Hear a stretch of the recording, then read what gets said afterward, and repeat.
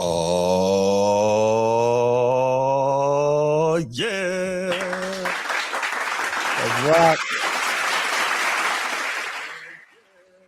Welcome back to another episode of the Format Podcast Live, Wednesday night edition. And yes, we know we're a little early, but sometimes the schedule dictates what has to change. And instead of not giving you guys what we know you're waiting for, pause, we're gonna make sure that we just get on a little early so that we can deliver. Big Hope fact. everybody's doing well. Transformer was good, my guy. Man, not much. Chilling, man. Chilling. How about you, bro? Maintaining. You know how we do. Always. Always. Yeah, man. So we think we got a pretty good we have a pretty nice show lined up for you guys tonight. As you can see, we're going to talk about how what was once the dominant division in the NFL is going to look very, very different next season. We're going to give our picks on the divisional pick'ems. We're going to talk a little LeBron. Why not? And of course we're going to talk about Morant and his possible next destination.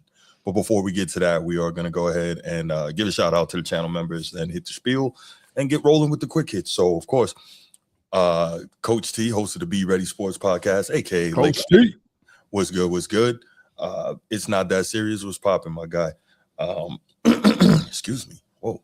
Chief Sid Bubba, shout outs to you. Appreciate everything you do for our nation. Appreciate everything you do for the show. And, of course, shout out to the boys from Annapolis. Anchors away, my boys.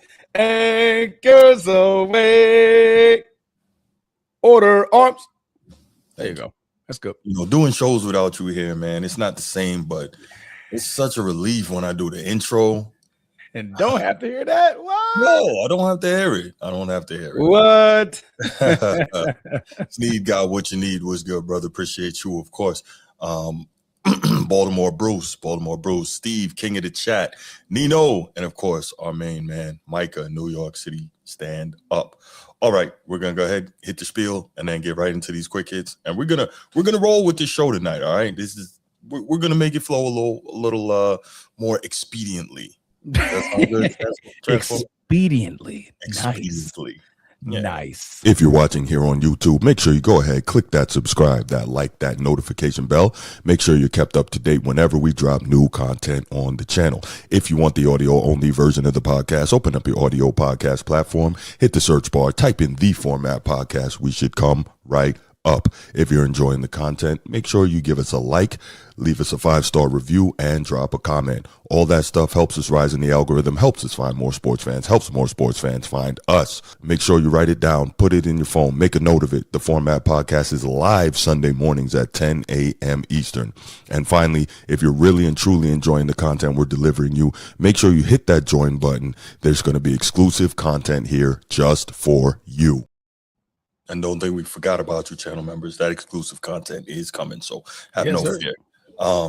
Click that button, y'all. Click the button. We really appreciate it. By the way, for all y'all who were here last night when I did the college football show, really appreciate that. I think peaked out at about 177 concurrent viewers, so really appreciate all the love. Make sure y'all sharing this thing, man. We working hard for your entertainment dollar. Absolutely. Dollar bill, y'all. No doubt. Let's get to these quick hits, y'all. So you want to start or should I transform? I don't have one. Oh, got it. So we'll keep it simple. There we go. Well, Amanda Nunes won't be fighting for the title. If you're a UFC watcher, I just got news about a couple of minutes ago that I forget her name, the current champion.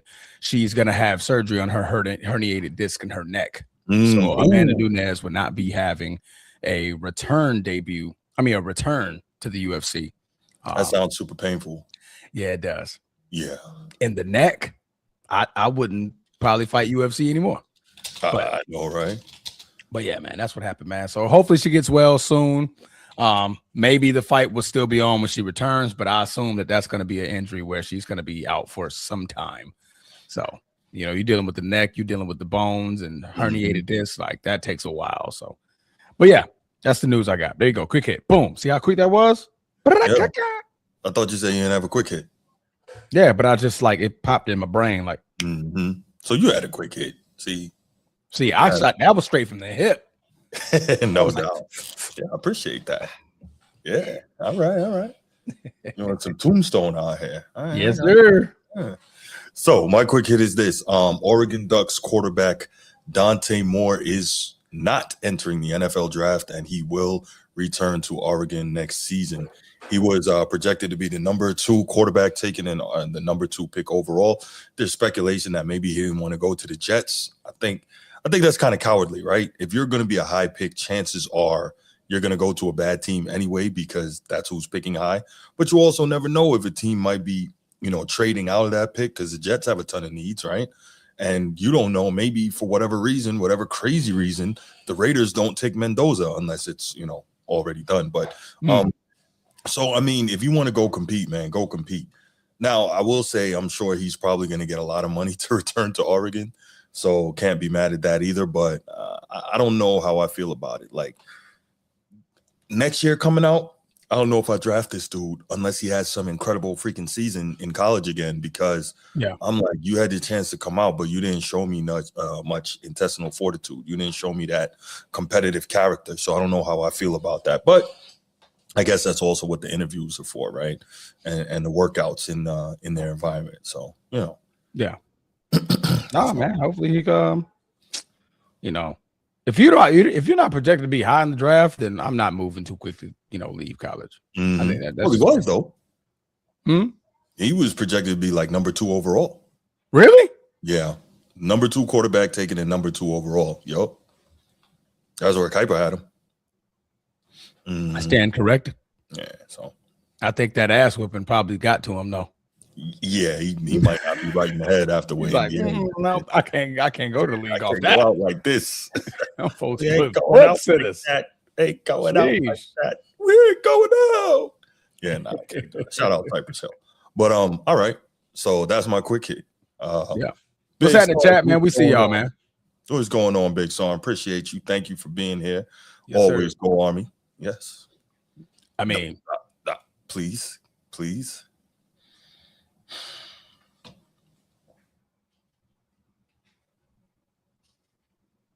Proceed. Thank you, sir. Proceed.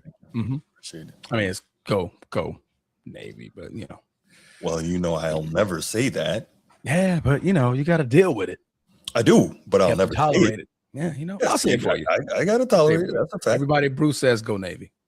Bruce does not say that. Bruce acknowledges that the disease of me beat Army, but Bruce will not be saying those other 2 words that Transformer just said. Yeah, Liberty Bowl champs beat the Army. It's been a good year for us, man. All right, so let's go ahead and get into these main topics. This one, interesting, man. As you can see from the thumbnail. Well, let's start here, right? We have but for many years now, the AFC North has consistently been arguably the best and the toughest division in the NFL, right? Mm-hmm. And, next year, the AFC North is going to look very, very different. Why is it going to look very, very different? Because those 3 faces that you see on the thumbnail are all going to be gone from their former organizations. And each one will have a new person roaming the sideline and barking on people and making the decisions. That is, Mike Tomlin has stepped down from the Pittsburgh Steelers as head coach. John Harbaugh was fired from the Baltimore Ravens as head coach. Kevin Stefanski was fired as the Cleveland Browns head coach. Somehow, the only one who managed to miss all that shrapnel was the worst one of them all, I think. How does that happen? I don't know. I don't know either. I don't know how is Zach Taylor still employed. Man, is a question that belongs on Who Wants to Be a Millionaire.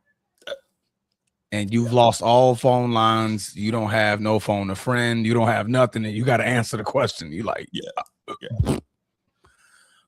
what is? Yeah. What is? I got videos of the owner tap dancing with. For real, like that's the only explanation. You got pictures of somebody somewhere. It don't make sense, Bruce. Yeah. It don't make sense. It doesn't. Something in the coffee don't smell right. That's what they used to say. Not at all. Not at all.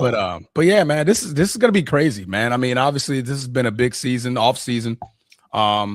postseason. There we go. Season and postseason, where we're seeing a lot of coaches being moved around. What we're at now? We're at 7, 8. Is it 7? No, it's 8. Is it 8? Who's the 8th? Miami Ravens. Right. Well, you got 3 right here. So we got Miami plus these 3. That's 4. Right. You got Atlanta. You have the Raiders. You have 5 right there. That's more than 5, Bruce. No, you got these 3. You said Atlanta. You have the Raiders. That's 5. Miami. Okay, that's 6. Yeah, you missed Miami. Who else did I say? Atlanta, Miami. You said that already. Somebody else. We said Las Vegas. 7. We said Vegas. 7. Yeah, we said Vegas. Okay, we said Vegas. Okay. Yeah, I believe it's somewhere up there.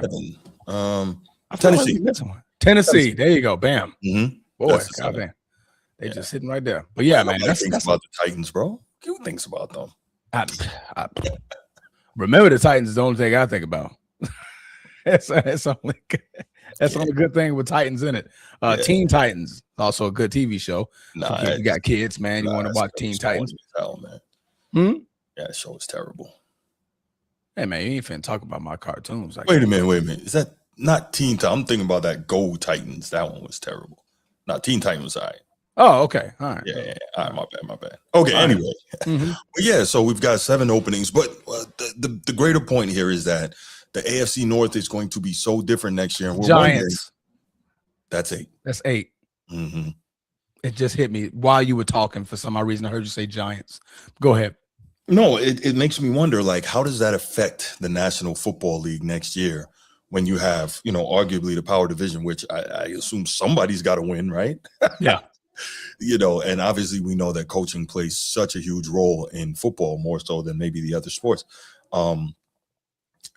Yeah, I don't know. So let me ask you this, Transformer. Have you started kind of thinking about who might be the better fits for some of these teams? A little bit. Who I wanted in Baltimore. Yeah, I mean, obviously we spoke on multiple occasions about Baltimore, but obviously I go from the ranking order of like what's the best jobs available, right? Who has the best growth, younger players, perhaps maybe a superstar. And right now, the only one with a superstar, multiple superstars, is the Ravens, right? So you're like, okay, I got Lamar Jackson, MVP, Derrick Henry, who's going to be a Hall of Fame running back. You got weapons on the offensive side, few weapons on defense, but you can kind of tweak that up a little bit. Then you look over, I look at the Giants, right? I look at like, okay, they got a quarterback, they got a running back, they got a receiver, they got one hell of a defensive line, they got cap space. So I'm like, okay, I look at the Giants around that time. I look at Atlanta. They got some decent weapons over there, got a great running back. Quarterback, still a question mark. You're still trying to figure that out. Yes. But the defense is good. You got Xavier Watts. Go Irish. There you go. And you got a great secondary back there. Yeah, Jesse Bates, first team All-Pro at safety. Absolutely. So you got a good defense, so you're able to build a foundation with that. So I don't know. I've been kind of, to me, it's all about the big domino. Everybody wants to know where John goes. John is the big domino. Once that domino falls, which I think it might be Tennessee, it looked like it's leaning towards Tennessee. I think they got $100 million in cap space, and he's like, okay. I was about to say, if you're John Harbaugh, why would it be Tennessee? $100 million sounds a lot more feasible for me to make something change right now. Yeah, but do you trust him to do the right? Well, but he said that he wants total control, and he wants to choose his GM. So apparently, he dispelled those rumors. He said that those rumors wasn't true. The 20 million, the want to pick him out, like all that. So where did that come from? That had to come from somewhere. I mean, I could just say whatever as a damn analyst and make it sound true. Yeah. No, I want to give. I mean, we also got that came from somewhere. I guess because the Anthony Davis thing, right? They said he was going to be out a couple of months. He immediately replied, "Those are lies. I'm not going to have surgery on my hand." So somebody's got to be telling these guys this stuff. They can't just be like saying stuff like that. Some people like to take that pot and just like, I'm just gonna throw a little garlic in there. Oh, throw some peppers. Keep stirring up that pot, Fair enough. But yeah, man. I mean, outside of Baltimore, like who is the better option? What team is the better choice? For Harbaugh? Yeah. The Giants. I think so too. Yeah. I think so too. Yeah. You got a quarterback in place. If you can calm him down and explain to him that he's not a linebacker, or slide, you got a chance. Right. Go out of bounds. Those things, keep you alive longer in NFL. Yeah. So, and man, Scatterboo, like y'all got to calm down, man. We love y'all and we appreciate it, but y'all, it's okay to run out of bounds sometimes. But it was crazy about Scatterboo. You expected a concussion before a broken leg. That's true. Yeah. Wait, what? Broke his leg? Well, not that I wish it, but I'm pretty sure he got dinged up a couple times and just managed to beat the test in the tent. You know what I'm saying? I mean, he always shaking his head and stuff like that. Like, yeah, man, we can't tell the difference. Right. They're up there in the box. They looking like, yeah, he does it all the time. So what do you want to do? Right. So, but yeah, man. But the AFC, man, the AFC North. I mean, I don't think I've ever seen it to where 3 coaches, right? And you got 2 potential Hall of Fame coaches, right? Like legendary coaches gone in the same year. Like that's weird. And then like you said, I mean, and even Kevin Stefanski, he's a 2-time coach of the year. So like he's a good coach outside of Cleveland, right? But the worst coach is still there. I'm still trying to figure out how is Zach Taylor, who's been there for years now, and good and terrible. Yeah, I mean, just good and terrible. Got an MVP-ish quarterback, and just still good and terrible. And that man still got a job, Bruce. You know what I think it is, Transformer? I think it's that Mike Brown, who is notoriously cheap, probably doesn't want to pay a quarterback because a coach because he fired one while he's paying another one. I think that's all it is. How much is Zach Taylor getting paid, man? Let's look that up. Sure, he makes pretty little penny. Maybe 15 million, you think? No, he don't get that. Hell no. Mike Brown is not saying that. No, he probably makes 7 or 8. You think it's 7 or 8? Mm-hmm. And the survey says? What does the survey say? Nothing, because it's not allowing me to open up Spot Track for some odd reason. Spot Track. Okay. All right, well, let's try this another way. Yeah, while you look that up, it's interesting. So I looked it up. Apparently, Cleveland Browns are prioritizing offensive minds to fix their ongoing quarterback struggles, even though they have kept a foot in the door with defensive stalwarts. So they're looking at Mike McDaniel. That could be interesting. I like him as an OC, man. Tommy Rees, a strong internal candidate. The team is very high on him after he took over play calling in late 2025. Tommy Rees, go Irish. I love Tommy Rees, but he's done nothing he has done nothing to warrant being an NFL head coach. That's insane. Insane. Gotta be objective here. Jim Schwartz, the defensive coordinator. I like that because we know that they have an elite defense in Cleveland. And like we talk about, much like Baltimore, if you just get a quality OC, to coach up the run game and coach up the quarterbacks and then play off of that with a dominant defense, you got a chance. I would say that's a good move. Oh, they're also allegedly looking at Todd Monken. The Browns requested an interview with their former OC to bring some AFC North experience back to the building. Right. Would you guys like that? It wouldn't bother me. My greater issue again is that, well, it'll be Snead's issue, but Todd Monken seems to have problems knowing when to go to and stick to the run. So, Ew, 4.5 annually. Yeah, that's cheap. I told him he don't get big money. Yeah. Mike Brown, and think about it, if Mike Brown fires him and brings in a better coach, he's going to have to pay that better coach, and he doesn't want to do it. This is the same guy who locked up the Gatorade and tried to give his players used jock straps. Come on, man. That's insane. That's nasty. That's disgusting. That's nasty. Man, we're grown-ass men, bro. You mean tell me we can't get new jock straps, bro? Guess what, though? It was cheaper. This is why they talk about Mike Brown the way they do. No. Ocho Cinco says they used to practice under a freeway, bro. Under the freeway. Under the freeway. That's where they was practicing. Yeah. Why would he have to make that? I mean, he makes up a lot of things, but he does make up a lot of things. Yeah, he does. But that's easily verifiable, though. Like, you don't have to go very far to see where that practice field was. Said fans used to be up there, watching the practice. I mean, yeah, that's cheap. Mm-hmm. That's cheap, bro. That's cheap. Quite right. And this is why Joe Burrow wants out of there. Yeah, I think Joe is going to be like, because he's an Ohio guy. He made a Super Bowl run with those guys. Yeah, but it's just the organization is so poor. That's insane. Yeah. So the Ravens is reported they are looking at, this is stupid to me. They're looking at Stefanski, and he is currently the betting favorite to get the job. So an interdivisional coaching change? But what have you seen from Stefanski that you would want to give Lamar Jackson to Stefanski? What have you seen from him? Seriously. Indecisiveness. Okay. I know Sneed would agree with me on this. Yeah, indecisiveness, cluelessness, bad decisions, poor decisions when it comes to personnel on the team. I mean, you name it. You can inherit those. I mean, other than like he hasn't been the coach of the year quarterback. I mean, coach in a while.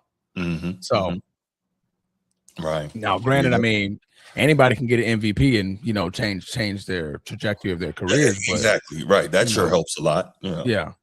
So, but Lamar is at that level, and so is the rest of that team, where they need that head coach to help to take it over the top.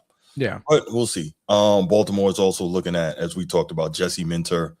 Obviously, he coached there previously. He was on that defensive staff, and now he's one of the better defensive coordinators in the league. He was with the other Harbaugh for a minute.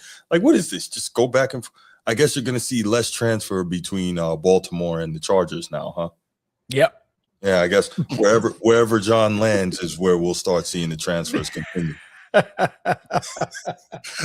real, like the Harbaugh brothers, like they trade coaches, they trade players. They're like, hey man, I love you, bro. Man, here you go. Right. You're not in the same conference, so we all good. Like, no, take that, man. Take that. Oh no, they were in the same. No, conference. They are in the same conference, but they weren't in the same division. So yeah. Like, hey man, what you need? No, I got you, bro. What you need? A tackle? Yeah, we'll put him out there. We'll send that. Okay. Yeah, we'll send that. Yeah, no problem. Don't worry, I know the owner. Appreciate you. Yeah. Crazy. Also, Brian Flores, known for his aggressive schemes, Flores has already interviewed and is considered a top-tier finalist. Yeah, for sure. I'd like that. That's the one I picked for you, Bruce. You sure did. I picked that one. I was like, Brian Flores. I owe you a lunch, man. Go get you some high protein something. Go give me some high protein. Yeah. No, that would be great if it worked out that way. And the next candidate they have listed here is my guy that I wanted, Robert Saleh, also on the Ravens radar for a first round interview. Yeah. I like that one. Yeah. I like the fact that out of this list, you have 3 defensive, strong-minded guys. Because as we talked about, restore the Ravens' identity. Get back to Ravens football. Smash mouth in the trenches. Lockdown. Stopping on defense. Yes. Like, yes, man. Like the beginning of this last season was just, it was ugly. Oh, it was ugly from start to finish. I mean, it was ugly, right? Yeah, for sure. Not to bring it up, but I'm like, we just saw the Texans just make Aaron Rodgers look old. Yeah. Like for sure look old. For sure. Aaron Rodgers didn't have DK Metcalf and he beat that Ravens team. Yeah, I mean, so it's like, what are we saying about the Ravens? Okay, MVP Lamar Jackson, whoop-de-doo. But Lamar Jackson don't play defense, unfortunately. Right. He don't play defense. He don't call plays to take the ball out of Derrick Henry's hand. No. He doesn't do that. So, Brian Flores for sure or Robert Saleh. I mean, no brainers for me when it comes to head coaching over there. No brainers. Yeah, I've been throwing everything but the kitchen sink. Yeah. But I mean, I guess you got to wait for whenever it is that the 49ers get done so that you can get a proper interview with Saleh or maybe a second, however he does. So you got to wait for that. But yeah, I'm with you 1000%. Somebody's got to restore the defensive identity in Baltimore. I think that has John Harbaugh is meeting with the Giants today. Yeah, that's what Big Sarge Mario Loco 683 said, that he was apparently in the building all day. Oh, damn. I didn't even see that comment. I'm sorry. I'm looking at Twitter. The notification just came off. Yeah. Said we'll now head home where another meeting looms. Okay. It's so much movement, man. A lot of this movement. is a lot of movement, and we're not even done. Nowhere near. But this is good though, because season. like at least it's giving us, stuff other than just the games, right? Yeah. Because as the number of games shrink down, unfortunately, we still got a lot going on.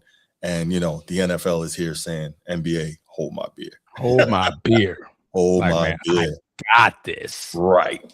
So let's go to the Steelers. Obviously, Mike Tomlin stepped down after 19 years. And isn't it a coincidence that Tomlin and Harbaugh in the same season? How weird is that? 119, 118 years. Yeah. Longest tenured head coaches, man. Mm-hmm. Now the longest tenured is Andy Reid. Crazy. That's it. 13 years, right? 13, 14. 12 since 2012. Okay. I was thinking 13. So 14 now. We're coming up on 13, 14. He would be going into 14, right? Yeah. Going into 14. So yeah. So yeah, been there since 2012. Mm-hmm. So the reporting on Pittsburgh is Robert Saleh has frequently been linked to Pittsburgh by insiders. His defensive pedigree matches the Steelers' traditional identity, and he is viewed as a leader who can handle the post-Tomlin pressure. I just be talking out my ass, Bruce. Pause. You know what I mean? I just be saying shit. Honestly, I say what you tell me to say on this teleprompter. Okay, look, all right. Yeah. That's it. We know that you can't think for yourself, but let's man. I don't have the mental fortitude. No, not according to your brother. To reverberate my own opinions. I don't have the mental fortitude to reverberate my own opinions. Right. Like, yeah, man. But we've been saying this all flipping season. Yeah. All flipping season. The Pittsburgh Steelers, the Baltimore Ravens, Cleveland Browns. You think defense. Only one of those did. That's right. That was Cleveland. They have Myles Garrett. I mean, and their truth is on defense. They're gonna play hard, right? Yeah. Ravens and Steelers had the highest paid defense in the league. They ranked 28th this year. Crazy. Highest paid defense ranks 28th. Yeah, not the same. No, I mean, come on, bro. Yeah, Lee, that's tough. That's rough. That's rough, man. But no, I mean, it would be cool for your division. Brian Flores goes to Baltimore, or Robert Saleh, or Saleh, or Saleh, or either way. Brian Flores goes to Pittsburgh. Right. It's like, damn. Yeah. Both of them back in the trenches with defense. Right. Now it's going to be a defensive-minded division again. Like back to where it should be, right? So he still got Al Golden. I mean, we're still trying to figure out what they're going to do in Cincinnati. They got to get the guys, but he's a great defensive coordinator when it came to Notre Dame. Go Irish. Right. But doing much of anything in the league, though. We got to be honest here. It's been a little. Not been good. Because I mean, Jesse Bates played for Cincinnati. Now he's over there in freaking Atlanta, killing it. Yeah, but it occurs to me. I was thinking about Cleveland. Yeah, I don't know how Al Golden still. I don't know. I mean, but he just got there, so give him some grace. You know what I mean? 1 year, you're cheap coach. You know what I mean? They didn't draft much defensively. No, you know what I mean? So it's like, all right, you didn't do anything for him to help him. So yeah, I'll give him another year. And you passed on Xavier Watts. You could have drafted him. Like, come on, man. Yeah. I thought that would have been a no-brainer. Like, Zay right there. Know the scheme. My kid. Turnovers. My kid. Yes. I coached him. Right. Yeah. Yes. I know everything about him. He'll fit right into the scheme I want. Right. Yeah. Touché. But again, bro, talking outside I only know what to read off the teleprompter. Matter of fact, at this point, it tells me to shut up. All right. Yeah. So this is interesting. The reports are also that there's persistent speculation the Steelers might wait for a heavy hitter to become available. And at quarterback or head coach? No, head coach. Who would that be, though? Like, who would that be? There's no heavy hitters that is going. Your heavy hitters are Mike Tomlin and John Harbaugh. Correct. And obviously, it's not Tomlin. It's probably not going to be Harbaugh. Definitely not going to be Harbaugh. I mean, it could be. I don't see why it definitely wouldn't be. I mean, because he doesn't see any reason to go to Pittsburgh. I mean, what are you going to leave a worse situation to? A bad situation to a worse situation? Pittsburgh roster it's a mess. Yeah. I don't think he wants to inherit a mess. And then John just saw what Mike Tomlin been going through all these years. Like, bro, they don't let you do anything. No, I got you. I was just Former USC head coach interview for the Ravens head coach. I'm missing Bruce fight on. Oh, okay. I thought that was for real. Right. I was like, damn, for real? Yeah, just figured I'd throw that out there. So, all right, let's do this, man. Like we said, the AFC North is going to look very, very different next year. You are going to have 3 new head coaches in there. And depending on who they are, we may get a return to what the AFC North used to be, or we may get further away from it. Let's go ahead and take a couple calls. 904-219-8264, 904-219-8264. We'll take 2 calls, keep them quick, and watch your profanity. Watch your profanity. And we will get your thoughts on who you think might be the best fits for those jobs, because I do think that it's going to be interesting.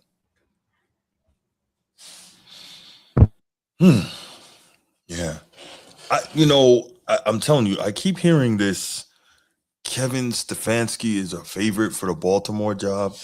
I really hope not, because Snead will laugh at me and I will be miserable. I really hope that doesn't happen.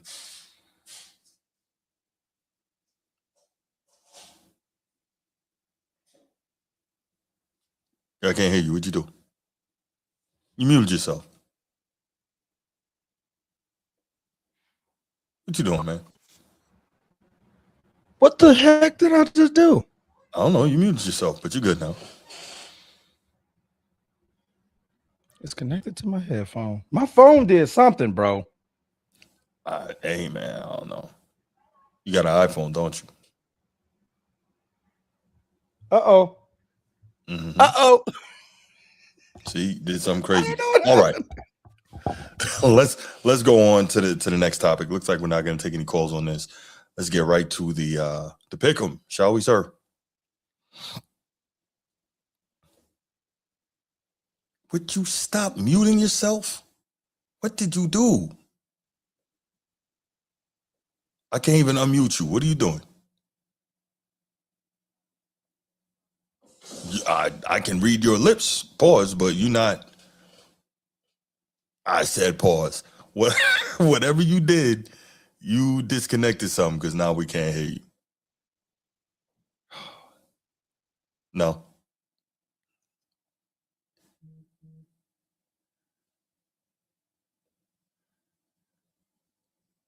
That's crazy, because I can't even unmute you. Yeah, you did something.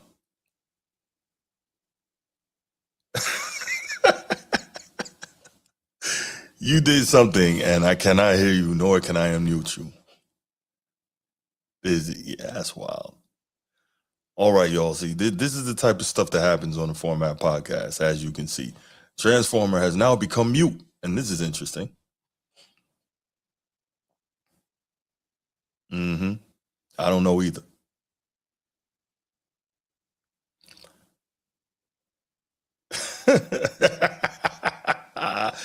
Yeah, for real, Big Sarge, it might be. The boys from Annapolis, cut your mic.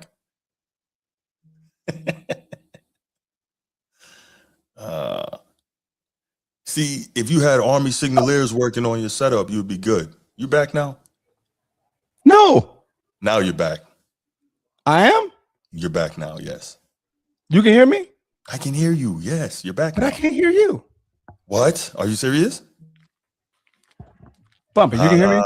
I can hear you. Bump it, man. Right, for some odd reason, you're coming through my computer now. Okay, I don't know what you did, man, but, we'll make it work. All I did was take my hoodie off, bro. I came back. I lost all volume. Yeah, I don't know what happened. I don't know what to tell you, but okay, let's go ahead and let's get to the pick'ems for our divisional games. And boy, do we have some fantastic games coming up in the pick'em. You want the music? No. Okay, there we go. You know what? Yeah, because I can barely hear you, so I don't want to drown you out. Okay, I got you. I have no idea what's going on, guys. My sincere apologies. You know what? Can you hear me a little better now? I'm turning up the mic. Can you hear me better? Yeah, I can hear you. All right, cool. This is weird, guys. Yeah, very. I don't know what the hell happened. All right. Ooh. All right, so we'll start off. We want to go AFC, NFC. Where you want to do it? AFC. I like the AFC. All right, so we're gonna start this thing off with the Broncos and the Bills. That's gonna be the first game at 4:30 on the 17th.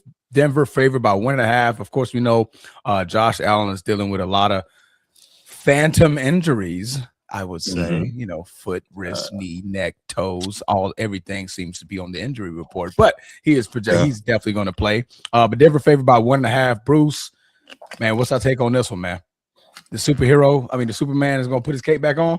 Yeah, he is. And I've been on this for about half the season now. I do believe that Josh Allen is going to somehow once more pull off something and beat young Bo Nix and get him up out of there en route to the AFC Championship game. Buffalo can do the things that you need to do to win at this time of year. That's run the football. They have a decent defense, not a great one, but they can run the football. And of course, as you mentioned, Josh Allen is clearly the X factor in this game, right? He's playing damn near like an MVP. We saw what he did last week. And I don't think Buffalo is going to blow them out, but I think Buffalo is going to go in there and beat them. I'm not confident. Bo Nix is not a bump. He's far from it, but I'm not confident that he can get it done in this situation over a Josh Allen. And that's going to suck because they played so well all year, they being Denver, and in terms of locking up the home field all the way through, because I think that would change the trajectory of the AFC playoffs, not having to go through Denver. Denver is really good, as we've seen multiple times when they have had a home field in the playoffs. But I'm going to go with Josh Allen and the Bills here, man. I can't change it now.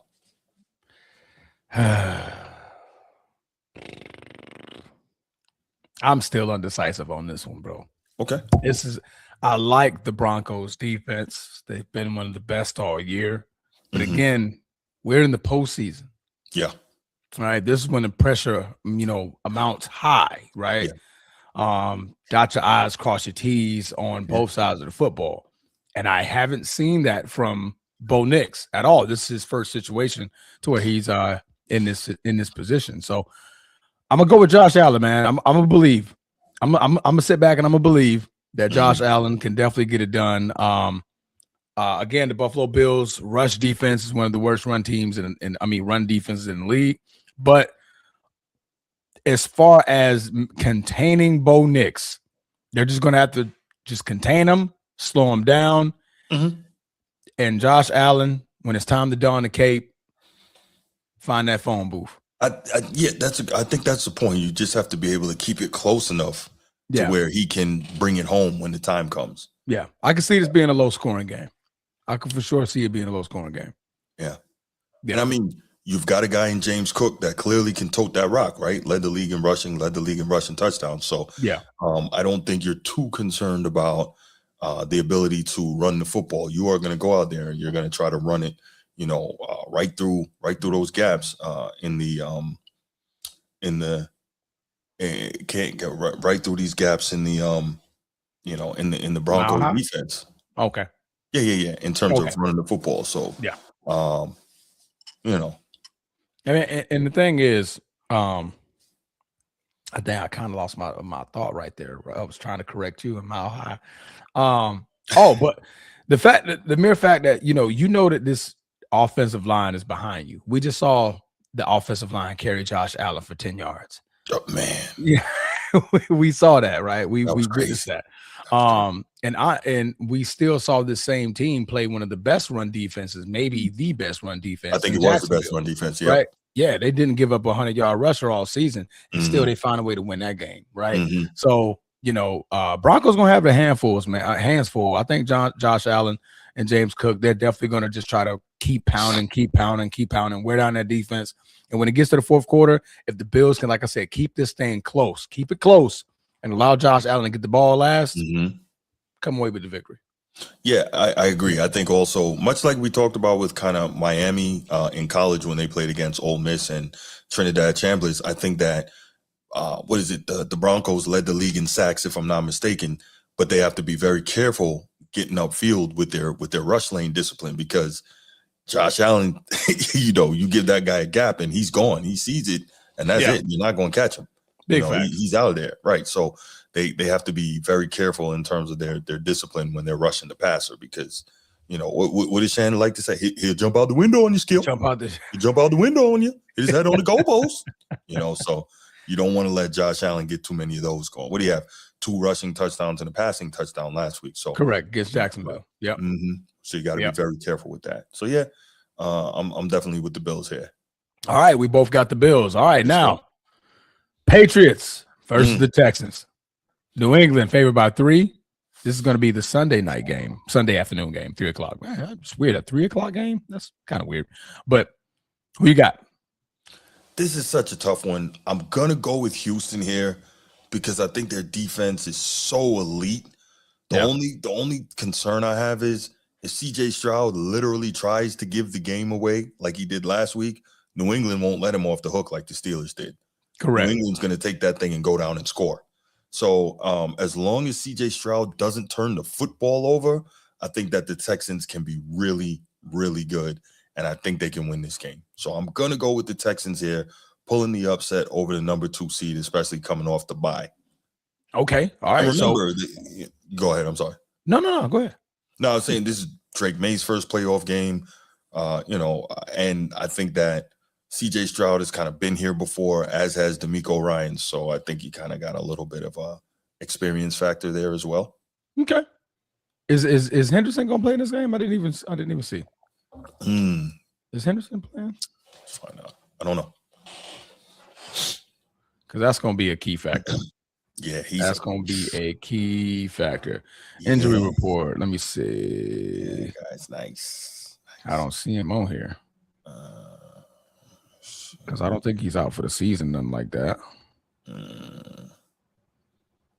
Season leaders. New England Patriots. Wow, ESPN's got it 52% for New England. That's pretty close. Injury. Okay, Henderson is going to play. Then I'm going to have the Patriots. Okay. I'm going to ride with the Patriots on this one, man. I think that team, they've done a lot this year. I mean, just like right along with the Jaguars, last season they were 4-13. Now this season they're 13-4, and they've played.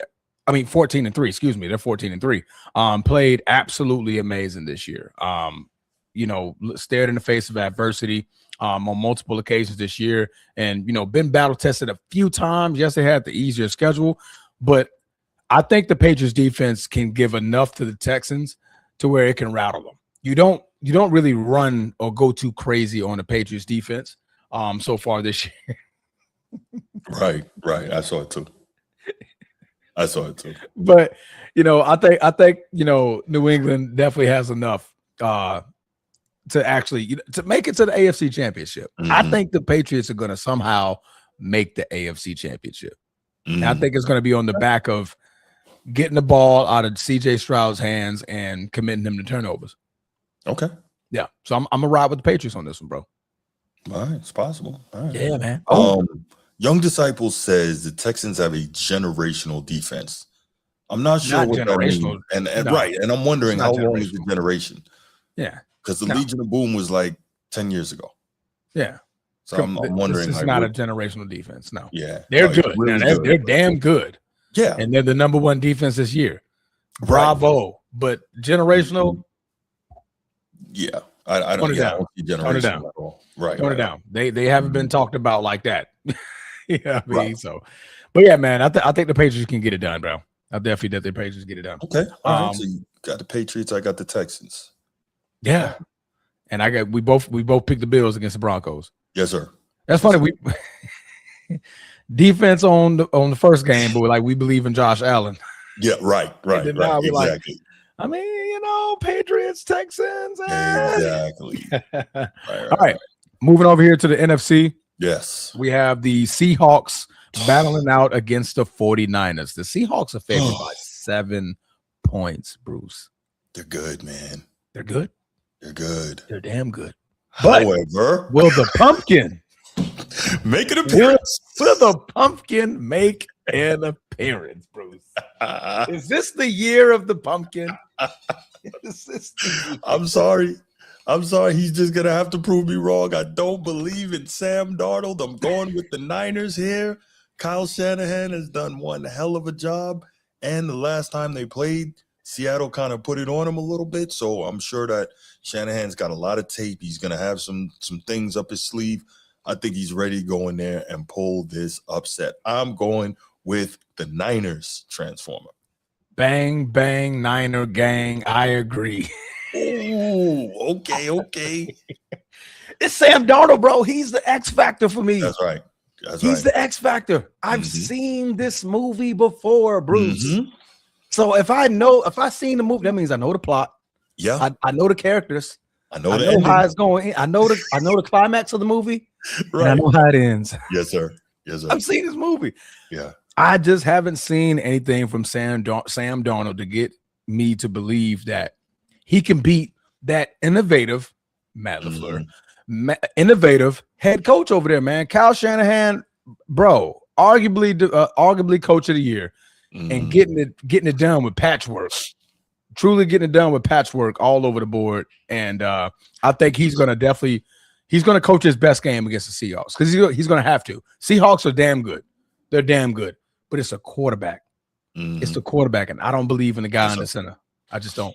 Yeah, no, I agree. Now, that defense is vicious, though. Oh, no, they legit. Them corners over there, man. Flyers. Yeah. Flyers. They get their freaking flyer miles for sure. They do. Yeah. That's right. They don't have a lot of fancy names like the Legion of Boom did, but boy, they ball. They ball out. That's why we also say physical and aggressive. Not generational.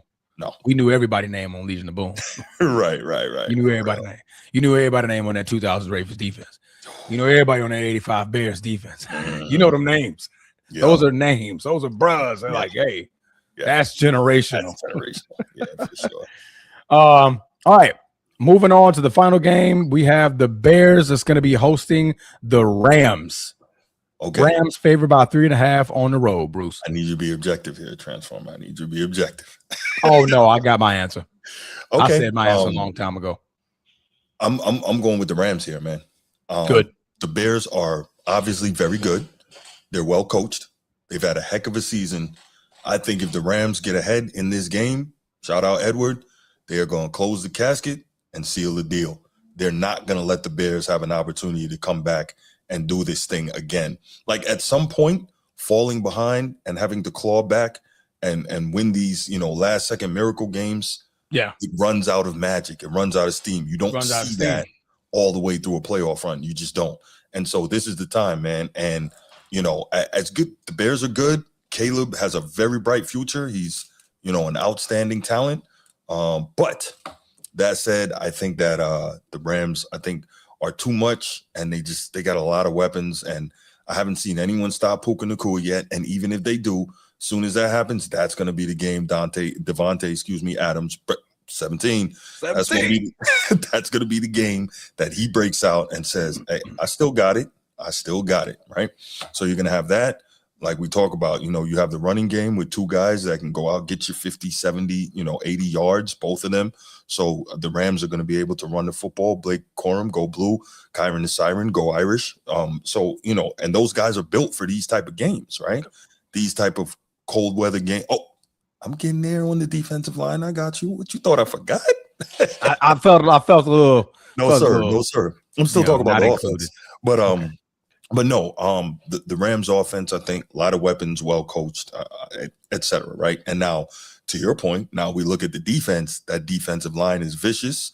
Go Knowles, you know what I'm saying? They got those two boys, Verse and Fisk, that are really out there hungry and trying to eat up everything in sight. And, they really push the pocket. They get pressure. They're pretty good against the run. I think the key is this, though. Stafford started really well early in the season without throwing a lot of picks, but he's been throwing more lately. Yeah. And as we know, the Bears led the league in interceptions defensively, takeaways, yes, and interceptions. So I think they had 18 regular season interceptions, and they got one or two more in the first game, right? No, Jordan Love did not throw any picks. But the point is, if you put it in harm's way, the Bears secondary is going to take it from you.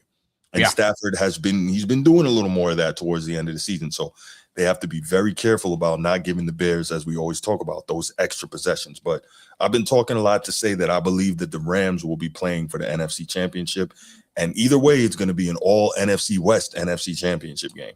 That's what absolutely. I definitely agree. I don't have much more to add. You said a lot, and I agree with pretty much everything you said. I was like, okay, that was my point. No, okay, my bad, brother. All right, none of mine. But what I will add, yes, sir. 17. Yeah, I know he got a heart. Yeah, and that heart still has them on it, and I know damn well. That's right. I know damn well he's walking in that game like, oh, we talking? Okay. That's what we doing. Y'all know I'm legendary. I used to bust y'all ass faithfully. I didn't even think about that. That's it. I used to bust y'all ass faithfully, right? Didn't think about it. I think this is going to be a Devontae, like Matt Stafford is going to be getting them eyes from 17. Like, you see one-on-one, throw it. Yeah, throw it. I got to put foots in these dudes. But man, everything you said, man, it was pretty spot on. I don't have much more to add. Offensively, defensively, those guys are just strapped. And like you said again, if the Rams take a lead, they're gonna close it because they got the guys to close it. They have the innovative coach to close it. Right? Sean McVay ain't finna let that happen. No, like Sean McVay is a champion. Yeah, but he been to this move. He been to this stage of the season before. Correct. So I think he's definitely going to close it out against the Bears. They're going to go up early, and they're going to stay up and just ride the wave out. Blake Corum and Kyron the Siren. Hey, run this thing out. Run this thing out. Go Irish. But you're right, man. You're right. There we go. All right. So rundown. Me and Bruce and I picked the Bills over the Broncos for the Texans Patriots. Bruce picks the Texans. I picked the Patriots. Back over to the NFC. We both picked the 49ers because none of us believes in pumpkins. We're in January and October is long gone. And for the Bears Rams, we both picked the Rams to eliminate the Bears. So we only had one. 3 out of 4. Right. 3 out of 4. We were on the same page. Yeah. Okay. We got to switch that up, man. All right, I got to change something. We didn't discuss it beforehand. It just worked out. Go Broncos. Let's ride. Broncos country. Let's ride. Broncos country. Let's ride. All right. So in the interest of us having schedules to keep this evening, we are going to forego the calls for this topic, and we're going to get right into the next one, switching over to the NBA. Huh? That's the one they want. Look, it's not going to be what they think it's going to be. We're not going to, Everybody breathe. All right, y'all. LeBron James in season number 23.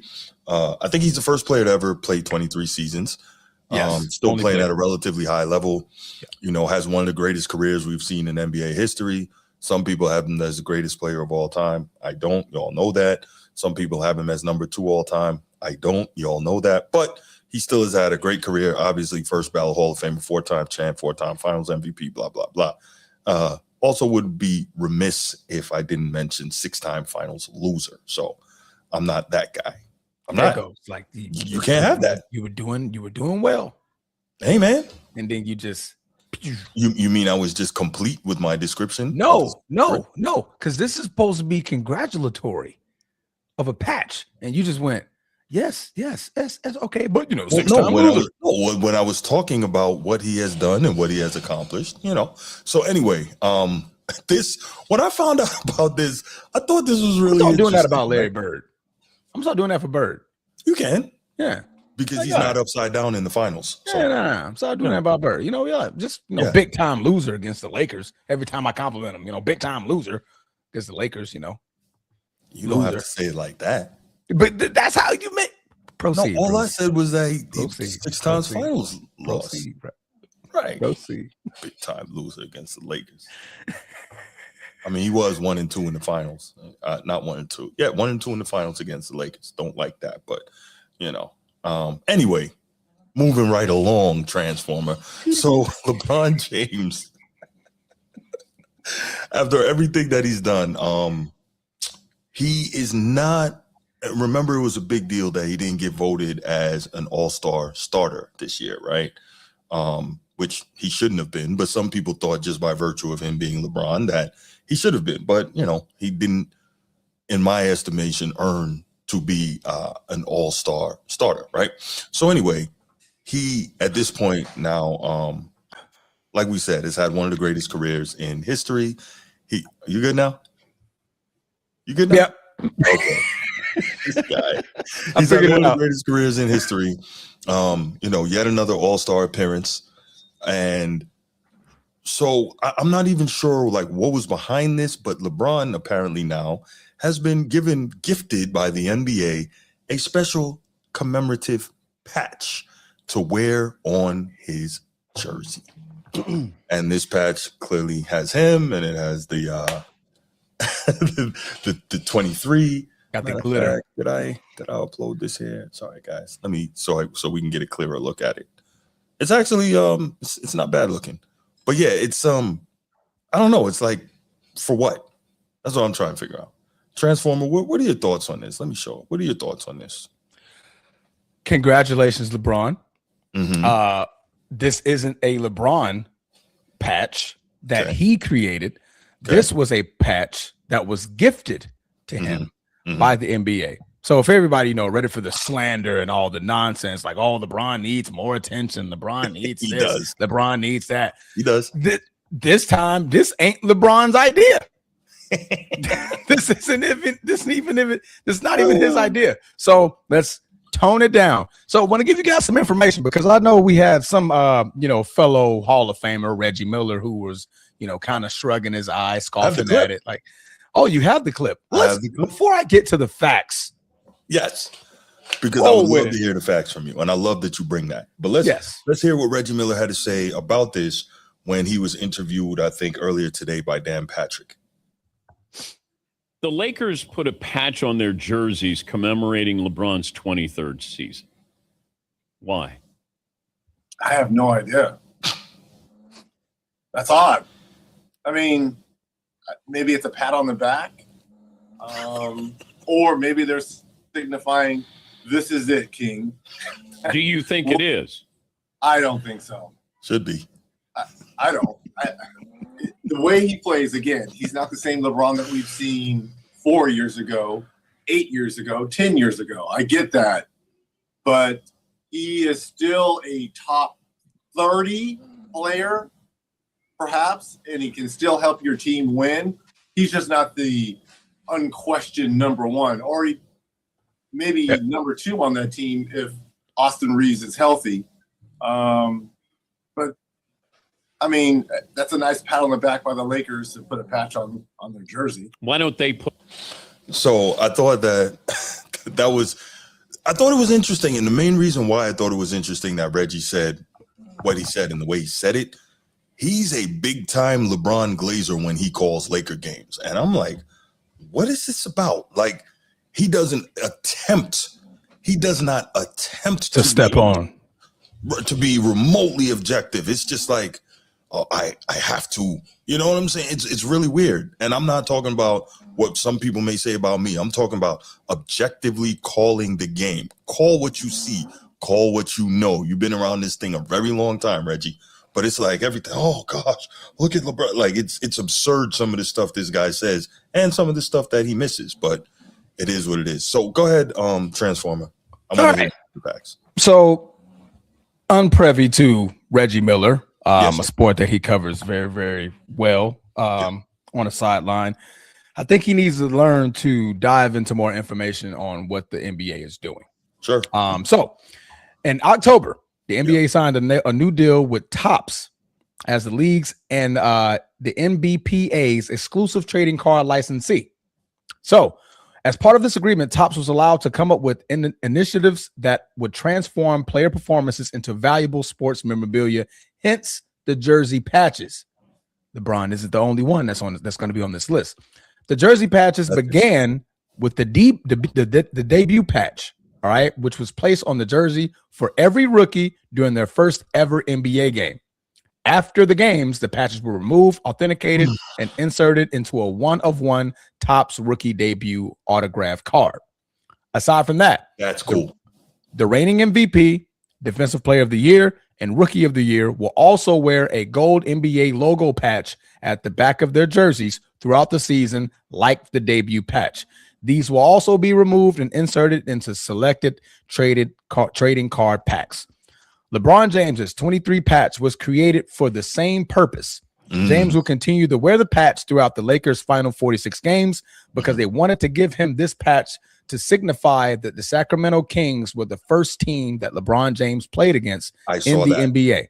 The team's equipment manager will remove the patch after each game and ship each patch to Topps headquarters in Dallas, where it will be authenticated and inserted into a trading card.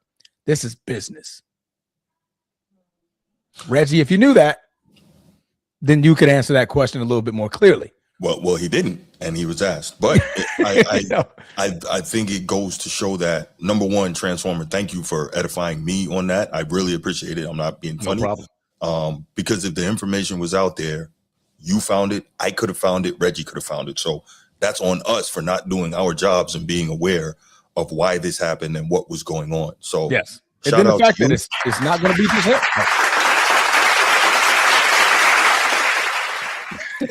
It's not going to be just him. That's the point that I'm also trying to make. It's going to be, like you said, all the rookies going to have a patch. In the next year's reigning MVP, defensive player of the year, they're going to wear a patch throughout the entirety of the season. This is more so, like I said, in my eyesight, this is not something that I'm reading out of this information, is that they see that LeBron James is still the freaking go-to guy as far as attraction in the NBA. How else, like who else am I going to put that patch on to, one, bring attention to this patch, right? Or what purpose would it serve of me doing it mid-season? Because like you said, they signed this deal. They did it at the Kings game.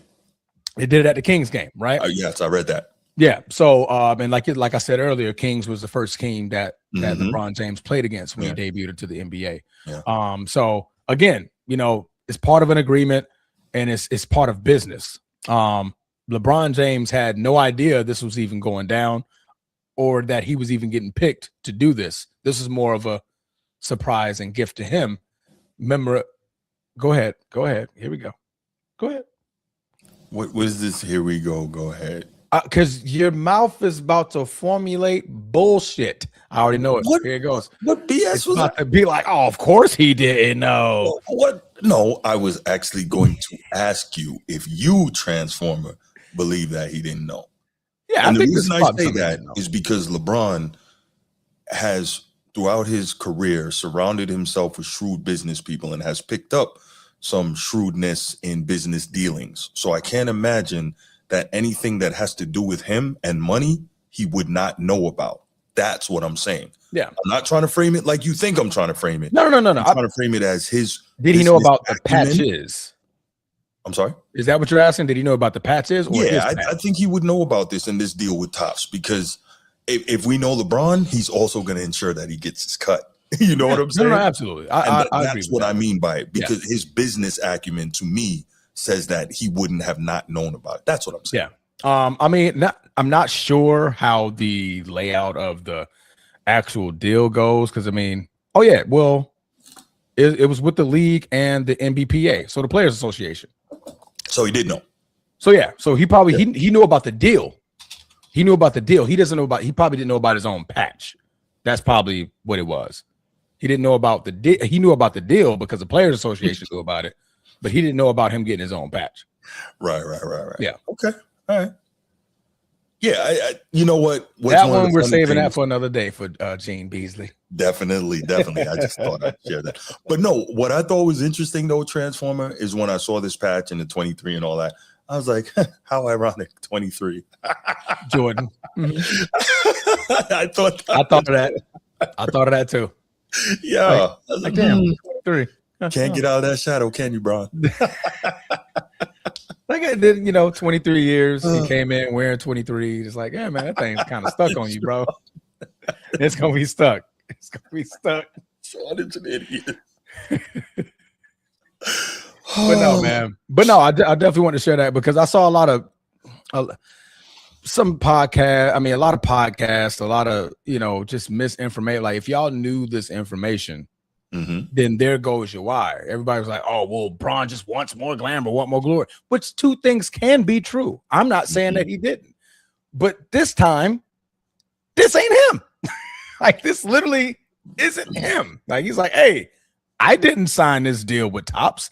I didn't create the patches. I didn't tell them folks to go out there and make this patch. They did this because they want to boost up that business deal that they got with Topps.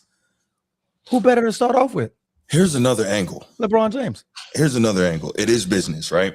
And this is not necessarily about LeBron, but this is one of the things that I regularly point out. Yes, it is business, but isn't it amazing how much extra stuff the NBA has to do to try and draw interest because the product on the floor isn't what it should be?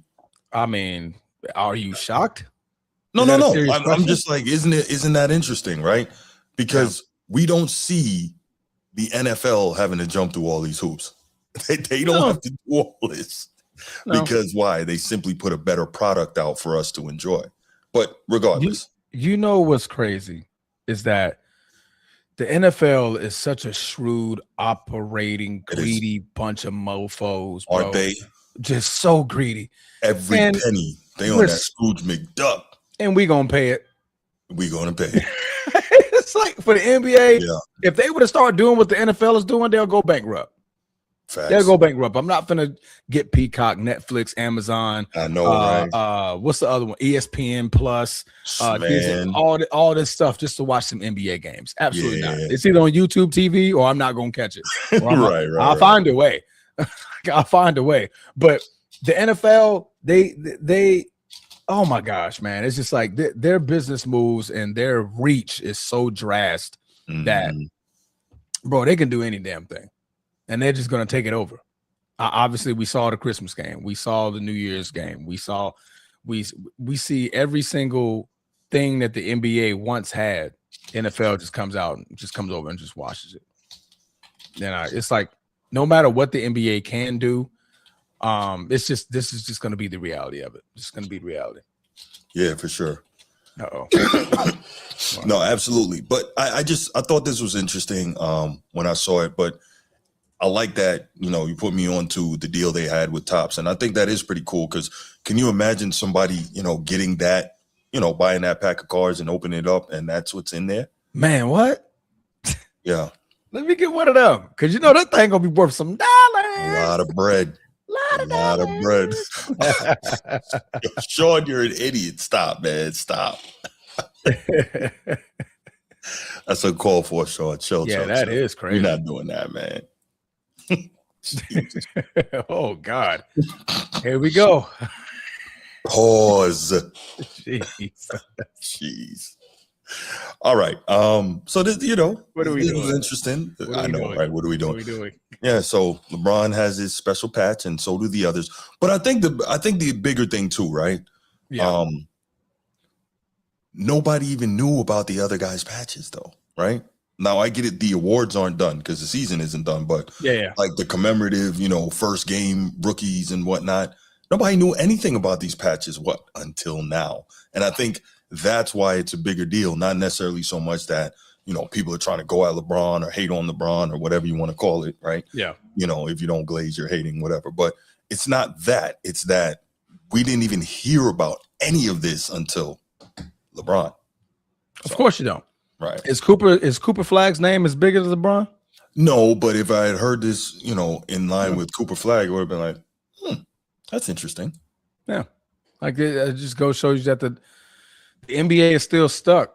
Facts. They're still stuck in limbo. Like even with their new guys, right? With this deal, because this deal was done in October. So I mean, even with the new guys coming in, right? We still can't draw the same publicity that it gets now. But I bet you what now. You're gonna be seeing a lot more paying attention to these patches, to these jerseys. What patch you got on? Oh, okay, cool. Oh, I want that. Oh, I want that jersey with the patch on it, right? You know what I mean? Now I'm looking for that card, that card that got Shai Gilgeous-Alexander back-to-back MVP on that mug. Right. You know what I mean? So like now you're getting a little bit more from for the fans, right? You know what I mean? Because like now Topps is gonna start stacking up bread because now everybody's like, nah, I gotta find that LeBron James card. I gotta find that Shai Gilgeous-Alexander card, Anthony Edwards card, what did it say? But NBA rookie of the year card, Cooper Flag. I'm definitely going to try to find a Cooper Flag card. But defensive player of the year card. If that's Wemby, definitely getting that card, right? So so it's a good business move, man. It's a good business move. No, it is. And then the fact that there's going to be 46 of these patches. 46. Yeah, it's a lot. Yeah. The remainder, he's gonna wear this patch for the remainder of the season, and they're taking. That's right. Every game, every game, yeah. And they're gonna put it in the box. No, that is pretty cool. You got 46 chances, everybody. Tops when to sell out. No, that's definitely pretty NBA. Cool. Thank you. Matter of fact, let me show you something real quick. Check this out. Speaking of cards.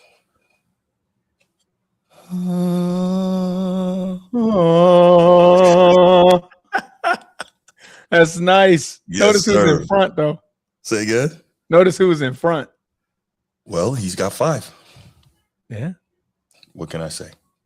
What more can I say? Nothing. Second best player of all time. Oh man, I like it when you say it. Sound better when you say it. Shut up.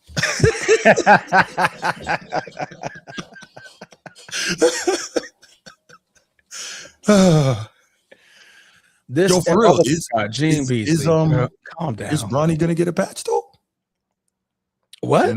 Is he gonna get a patch for first father and son of all time leading scorer? Is he gonna get a patch for something?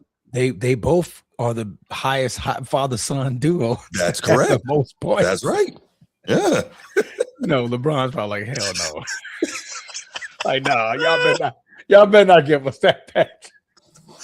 Hey, you wanted him in the league. Why you can't have a patch now? I'm terminating this deal effective immediately. Effective immediately. Y'all better take these damn patches off me because y'all got me effed up. That's hilarious.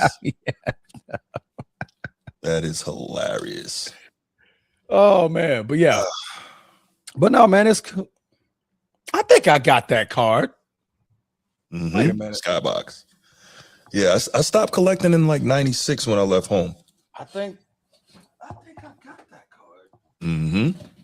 Where is my hold on? Yeah, I had it in the sleeve, Young Disciple. I just pulled it out to show it. I gotta take some time one of these days to get a bunch of cases and put them in there. What more can I? Yeah, I almost never take these cards out. I just look down and happen to, here you go. Living Legends. Ooh, look at Bird. You already know. Look at Bird, the greatest white man to ever grace a basketball. Yeah, me. Yeah. But yeah, no, I think now that you broke it down and what's behind it, that's really a freaking. I get you one of them. You know what I'm saying? That's a rookie? You know what I'm saying? Little LeBron. No, this is not his rookie joint. Okay, I was about to say, damn. Second year? No, Chief. I'm not actually. Second year in the league. Yeah, man. Chief, why you messing with me, man? I got Rip Hamilton in this mug. Got a young Dwight Howard in this mug. Chief, why you gotta mess with me, Chief? You know what I mean? I mean, got one of the greatest, you know what I mean? Karl Malone in that joint. There you go, mailman. I mean? Got the mailman, Yeah. We got joints up in here, man. I want to say I got a Hakeem. Hakeem somewhere. Yeah, I got some stuff, man. But yeah, Hakeem. so there we go. This is super cool what they're doing. There we go. Very nice. Very nice. Sir. Yes, sir. Yeah. Yes, sir. Well, let's go ahead. Let's take a few calls and then we'll get to the final topic and get you out of here, brother. Absolutely, brother. All right. Y'all know the number, man. 904-219-8264. 904-219-8264. Let's get a couple calls. Give us your thoughts on yes, sir. Yes, sir. That's what I'm talking about. It's my favorite player right there. Yeah, speaking of Reggie, Reggie. Let's take a couple calls. Give us your thoughts on this, man. Love to hear from you guys on it. There we go. I feel like I got that. Sean, behave yourself. What you got, man? Sean? Yeah, what's up, man? There you go. What's cracking? Hey, I'm just saying, is Savannah gonna get a patch too? Because everybody's getting patches. Please stop. I'm just saying, Like, come on, man. I'm like, you got passed after 23 years, and yet you lost against the serve as a king. After this is your first game. I'm like, man, hey, I wanted to know is Ronnie gonna get passed? Like a father and son duo on it. You know, like father and son holding hands on it. You know what I mean? With the heart. I want to know if we ever pass like this. Hey, he should get a patch, man. He should. Boy, the haterade is crazy. Why is it haterade? We giving out patches, right? The haterade is crazy. We might as well have a patch for positive reinforcement. That's right. That's right. Even though we should break, you know what I mean? We just have to put some positivity on it. Put on this jersey, like, man, don't hurt Bronny. Look at his patch, positive reinforcement, just with the heart on it. Oh my God! Smile on his face. Man, if you don't stop with this nonsense, man, what do you deserve to have a patch for? What? So, I mean, who's played 23 seasons, brother? No one. No one. I think I had that one too. Did Vince Carter average 25 in his 22nd year? Right. No one's played 23. Come on, man. Nobody's played 23, brother. Come on. Adam Silver needs to stop this, man. I just think that, you just need to take your hater panties off, man.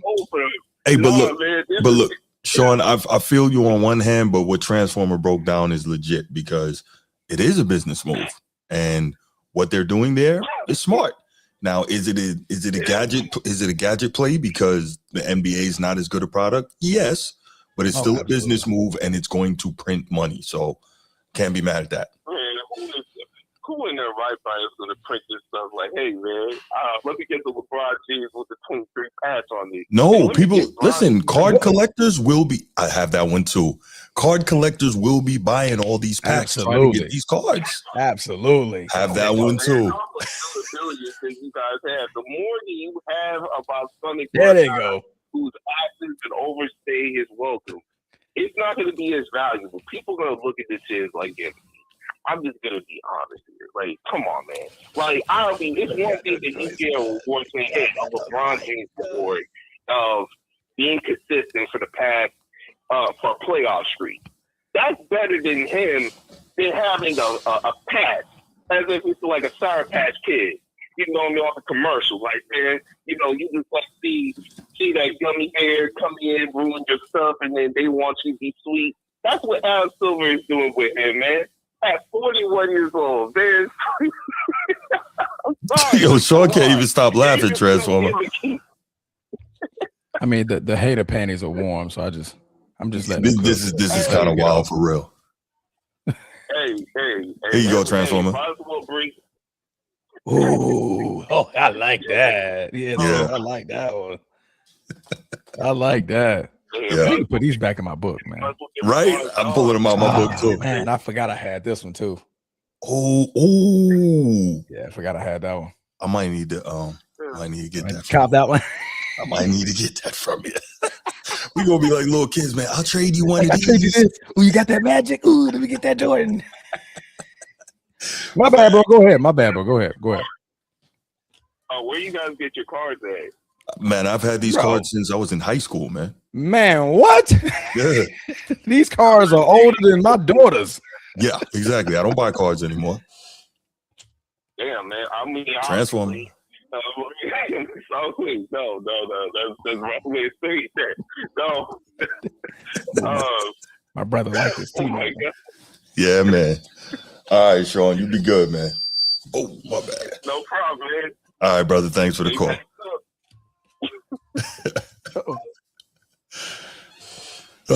I think because when LeBron got in the league, that's like a year afterwards. I stopped getting cars. What's it like? 04? Yeah, he came in 03. My last time getting cards. Yeah, I stopped in like 96, man, when I left from home. Mm-hmm. I was mad as hell. Oh, got old good old Reggie. You know what I mean? Gotta have a good Reggie. You know what I mean? Oh, yeah, I gotta have a couple. Gotta have a couple of Reggies. You know what I mean? Reggie. Oh, snap on Reggie. Snap on Reggie. Yeah. Gotta have some Reggie. I got Nick Keith, Anderson. what's good, man? What's good, man? How you doing, brother? I'm doing great. I'm gonna have to get on my boy Sean, even though he's with Laker Nation. You know, you ever heard of this movie called The Bronx Tale, Bruce? Yeah, of course. Yes. Ask Closure who clap Sonny. Yeah. Right. I'm gonna go. His dad, Lorenzo. 23 years the man drove the bus. Yes, he did. 23 years. Where the other guys at? 23 years. No, you're right. You are right. No, the 23 years that's a long time to be doing it. That's a long time. That's a long time. Furthermore, guess what? And it goes back because I'm a historian. Mm-hmm. The Chief Robert Parrish, he didn't play that long, did he? 21. Vince Carter, he didn't play that long, did he? 22. My boy Kevin Willis, who could date somebody grandma from the San Antonio Spurs, he didn't play that long, did he? I think he played 20 or 21. No, nobody played 23. Nobody played 23. So I have to, give that to him. No. That's a good one. I have to give it to him. You have to give it to him. The man is number 1 in points, number 2 in assists. Total assists. Let's be careful here. Total assists. Yeah, he's total the only one. Anyway, we're not gonna go there because. Right. The only. Yeah, but I'm just saying. Got some Scottie Pippen in them. Right. Then I'm gonna have to make a dig at my boy Big Rob, Sports Fitness. About him being negative 12 and 41 years old and plus minus. And that man had 23 years total of a positive 10 plus minus. That's third behind Joker and NJ. Damn. Yeah. Yes. Yeah. No, I agreed. You're not hearing me. If you notice this, Chief, I haven't really, had much to complain about when it comes to LeBron this year, right? I'm like, look, just hurry up and get out of here, man. Just go. No, real talk. I'm just tired, man. Just go. Tired. Sit down somewhere, man. Hurry up and get out of here. As a Lakers fan and a LeBron fan, I am ready for him to retire because that's $50 million we can use. That's right. I was about to say, as a Laker fan, you should want him gone. There you go, Bruce. Right. But I think, but then too, I think he ought to get his proper send off. Yeah, he should. You gotta get his proper send off. So yeah, and that's why. Yeah. Mm-hmm. Yeah. So yeah, he needs to announce it this offseason so that he can right. So that he transform it. So that he can he needs to announce it this offseason so that he can have his send off next year and his retirement tour. Right. Because that's the real reason that he's sticking around. He wants that. Bruce. Yeah. Got that Isaiah. Boy, yes, sir. Yeah. But guess what? The man played really more than half his life. Yes, correct. Really think about that. So you gotta think. You were in your 20s. Mm-hmm. Now you in your 40s. Mm-hmm. So, it's kind of like I'll straighten it out. I was like Dwayne Wade, what he tried to say. We grew up looking at Michael. Mm-hmm. We, as grown-ups, looked at LeBron growed up. Right. Literally watched the whole thing. Yeah, we literally watched the whole thing. So, yeah, but the $1 million question is, when he's gone, who's going to take his place? I think there are some guys who will be able to. It may not be one guy. It'll be a number of guys. Obviously, they're trying desperately to make Jokic, I don't know, to him the guy, but he doesn't want that. They wanted Ant Edwards to be the guy. He doesn't want that. SGA doesn't have much of a personality, as great of a player as he is. It's weird. I think so. It's no one guy has the personality, so it's gonna have to be a number of guys lifting the league. That's what I think. They're gonna have to do it as a collective. Transform. Right. Kind of like that other number 23 when he retired, right? Nice. Oh, rookie card. Oh, Grant Hill. Other number 20, the OG 23. Correct. Right, because no one guy, everybody has to do it by committee because of the impact. What I'm saying. That's tops. That's a tops one, bro. That's how long tops been in business. Give me a patch. Yeah. Give me a patch. Yeah, you need a patch too, Chief. Prince Avery 1219. This is absolutely not a LeBron glazing channel. What this is a channel that has different sides to the argument. I'm not a LeBron guy. Chief Sid Bubba, our current caller, he's a LeBron guy, but he's very objective, got a lot of years of the NBA behind him that he can, make objective observations. Transformer plays it right down the middle. He's very objective as well. So I wouldn't call this a LeBron glazing channel at all. I can send you some though. Yeah, there's some out there. There's some out there, boy. That's just straight gawking on that. Oh, yeah, but but the thing is, you want to call it fair. But I'm not going to be disingenuous to the prior generation. Right. I think that's what turns a lot of people off. Yeah, just ask Edward. Yeah. Oh, the wax museum. But you can give a guy his props, but you don't have to denigrate the guys of the past for doing it. Mm-hmm. Correct. Athlete, you know what I'm saying? Good old Penny. Ooh. Good old. Yeah. So we'll keep it there. Here you go, Transfer. Guys, it's been great. Moving in and out. Zo. Oh, yeah. Mm-hmm. Yeah. So hopefully we can watch another 23. We'll find out. Another 23. Boy. But he got to be going for the Lakers next year. Now. This got to be this got to be it. Oh, y'all tired of him finally, huh? Got to be it. It's just money. The ship has sailed, and we need the money. We need to pay. Now, somebody got to play defense. Luka's slow of foot. Yeah, he only can try, and LeBron old. Is he? Ooh. No, so you're right. That leaves only DeAndre Ayton, and he ain't really no defensive guy. Yeah, we got to change some things at the top, but we're gonna work on that. No doubt, Chief. No doubt. Well, I appreciate the call, brother. We're gonna get this last topic and get up out of here. All right, brother. Have a good one. Okay. Ooh, got that Good old call CB with the flame. There was a time he was my favorite player. I got a whole small book just full of Barkley cards. Really? Yeah. I'll tell you what, I have a lot of. He taught me how to rebound as a small guy. Really? Mm-hmm. Oh, they go Wade. I know I had a Wade. Yeah, I was a big Barkley fan. Yeah, He's actually the reason I first shaved my head. You know what I mean? Okay. D-Wade. All right, guys. Let's go to the final topic here, and let's talk a little. You want to take this one, Transformer, or should I lead off?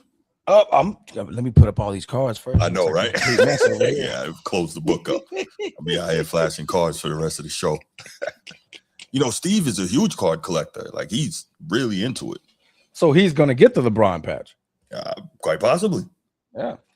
I definitely can see that happening. King of the chat. Gonna make sure he get that patch. Mm-hmm. I'm gonna be jealous too. Right? Nah, for real. That's a hell of a freak.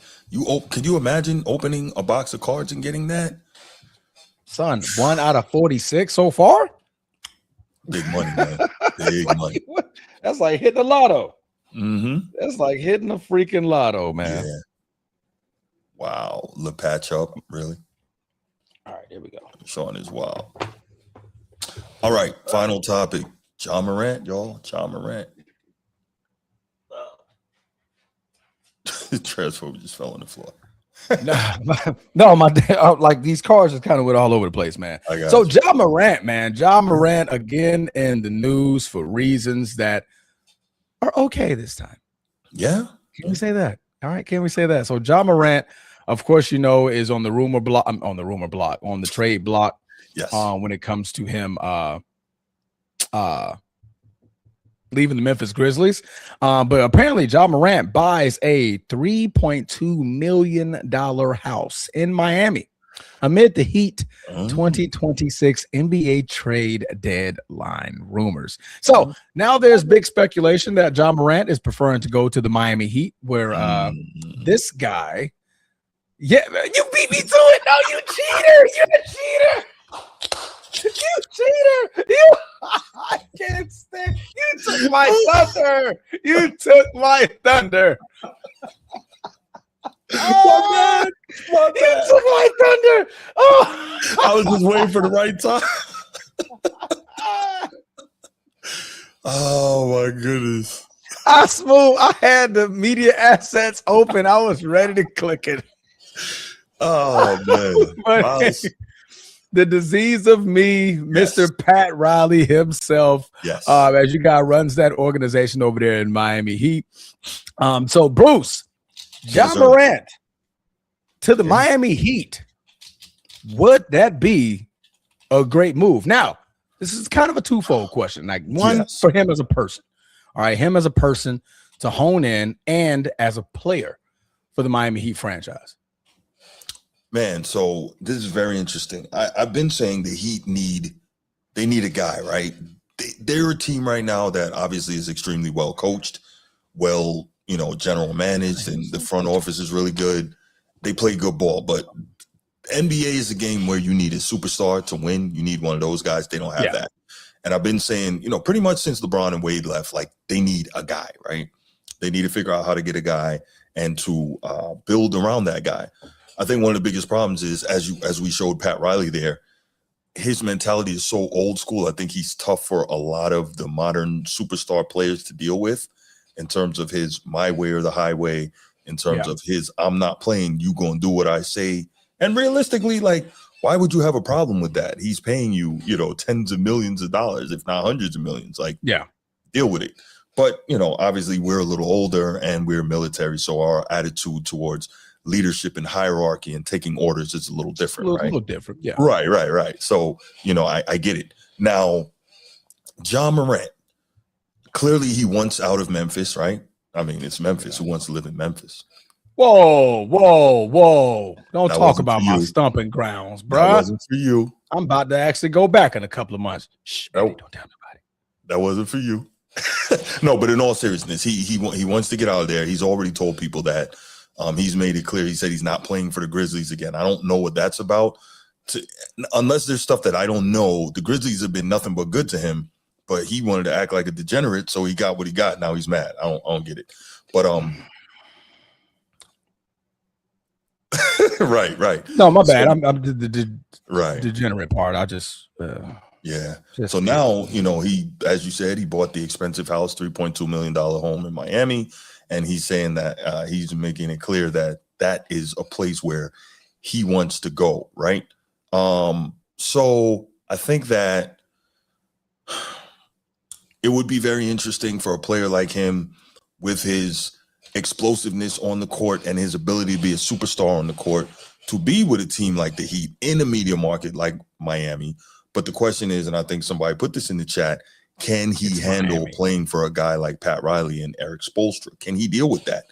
Sometimes you ask for things and it's not really what you want. You know what I'm saying? Mm-hmm. That whole, the grass isn't always greener thing. And I think this might be one of those situations because Pat Riley will not be having it. So I think it could be good for Miami. I don't know if he has the temperament to deal with it. Or perhaps, here's the flip side. Perhaps John knows himself and says, I need that discipline and structure that an organization like Miami can give me to help make me the best basketball player I can be. Good. Though that ending part is kind of what I mostly wanted to hear. Mm-hmm. With John Morant, over the last 3 to 4 seasons, his name has just been nothing but bad as far as the NBA is concerned, especially after the NBA were placing him, Zion and Anthony Edwards on this pedestal because you guys are the next level up. You guys are my young guys that I want to take control of this league and be the next Bron, KD, Steph. I wanted y'all to be that next thing because you guys were high flyers. You got the asses in the seats. You got the people on their feet. You got the crowd's hype all the time. We want you guys to take over. But ever since for the last 3 to 4 seasons, John Morant has been in the news for multiple gun violence violations, locker room violations, post-conference violations, just a whole bunch of things that you just don't need to be in the media for, especially when you haven't been available due to back-to-back injuries in a couple of years.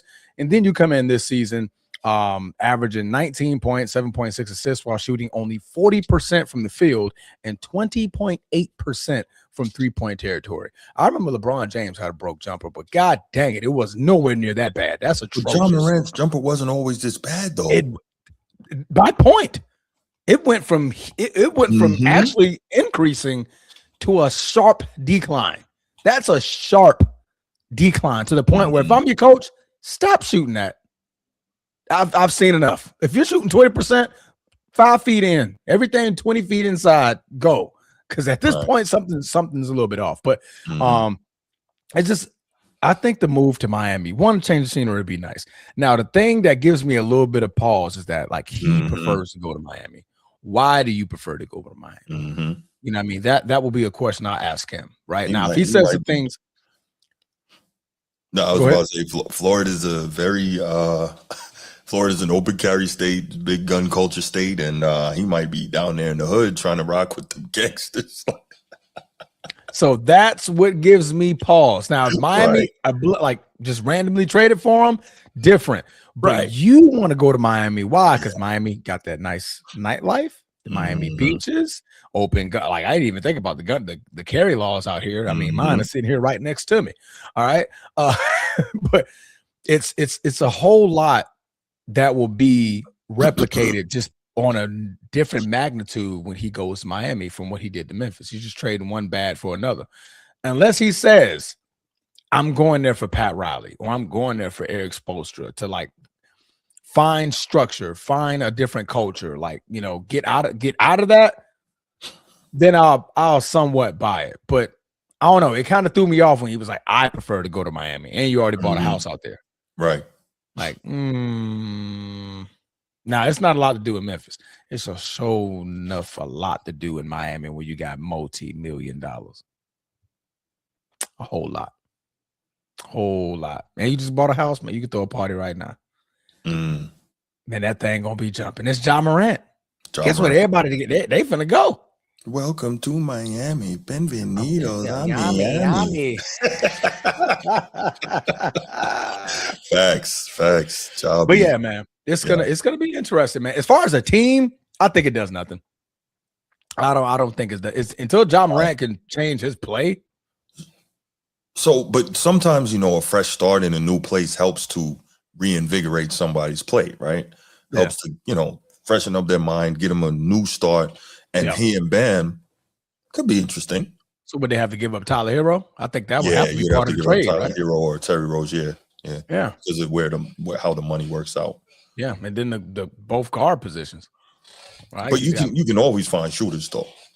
Yeah, true. But you definitely gonna need a shooter next to somebody who's shooting 20%. I don't think he would continue to shoot 20%. But yeah, the reason why, unless he's shooting like that because he wants to leave, that's not adding value for Memphis. So I don't think he's doing it on purpose. I think he's just out of his game right now because he's messed up right now. Yeah, I mean, he said earlier in the year that he's not happy. He's not happy playing basketball. He stated that, so that's on record of him stating those things. Bruce Edward, that's a good point. I was just thinking about a player that makes the money work, but that's a good point. Yeah, you're right. Yeah. But no, that it's not that serious. That was a good angle. I did not think about that. We both live in Miami. I mean, live in Florida. Right. So I did not think about that one. I'm like, damn, you know what? He does like guns, and we are allowed to carry around here. Yes, we are. Send him New York. Oh yeah, send him New York, boy. It's not going to be a problem. That's a felony out there. Grade A felony, boy. You going to jail? It's hard. It's hard to have a gun in New York. Yeah, no, absolutely. But is it like that in Tennessee? Well, yeah, because they changed everything. They changed a lot in Tennessee. That don't stop them YNs from getting it in Tennessee, though. Axe old Adolph. Too soon, bro. Yeah, he got shot, bro. It's not like Axe Adolph. Like that's kind of that's kind of mean. You might want to dial that one back a little bit. You could have said Pooh Shiesty or somebody. I don't know. Yeah, could have said somebody else. You know. Like, dang, that man got killed. Yeah, at the cookie shop. At the cookie shop, bro. Yes, that's not cool. He got hit at the cookie shop, That's bro. not cool at all. That man was just ordering cookies, bro. Yeah. And they pulled up on him and plop plop. Yeah, man. It was a bad week. Actually, it was a horrible week in Memphis. Edward, do you get paid to cape for all 8 off? I want to know. And if you do, is the money good? Because I'll get on that team. It seems like an easy job. What? I'm trying to get paid too. Are we gonna open up the phone lines? Can I live? Yes, we can open up the phone lines. Open up the phone lines. You about to kill me, bro. What? I just want to know. What am I doing here? 904-219-8264. Go ahead, give us a call, y'all. Give us a call. I just want to know. Wait a minute. What's up, Sean? Whoa, can you hear me? No, I can't hear him. I heard "What's up, guys," but it went away. Hold on, that's weird. Hold on. I see. Voodoo's happening on your side too. Got it. Yeah, it's crazy. Sean, can you hear us? So I can hear you loud. Okay, there we go. There you go. Yeah, that was weird.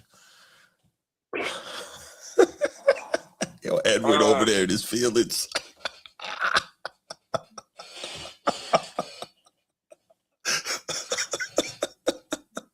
What's up, Sean?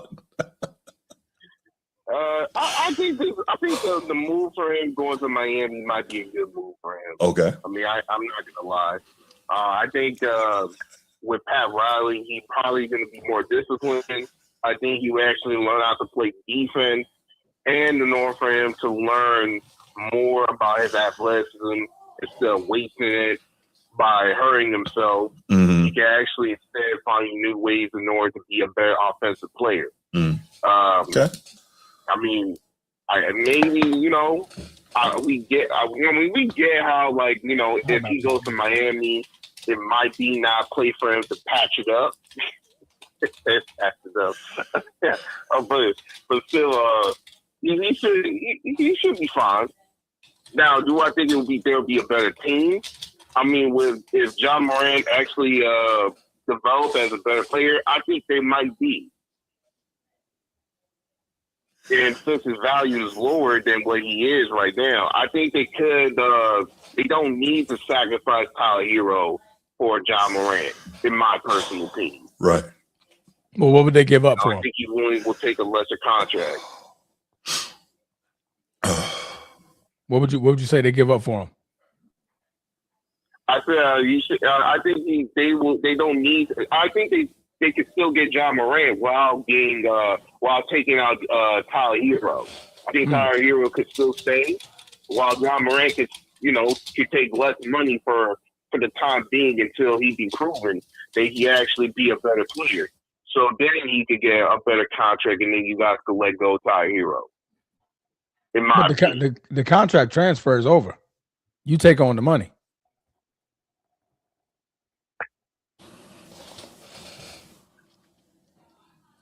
Did we lose him? I mean, hey. Oh.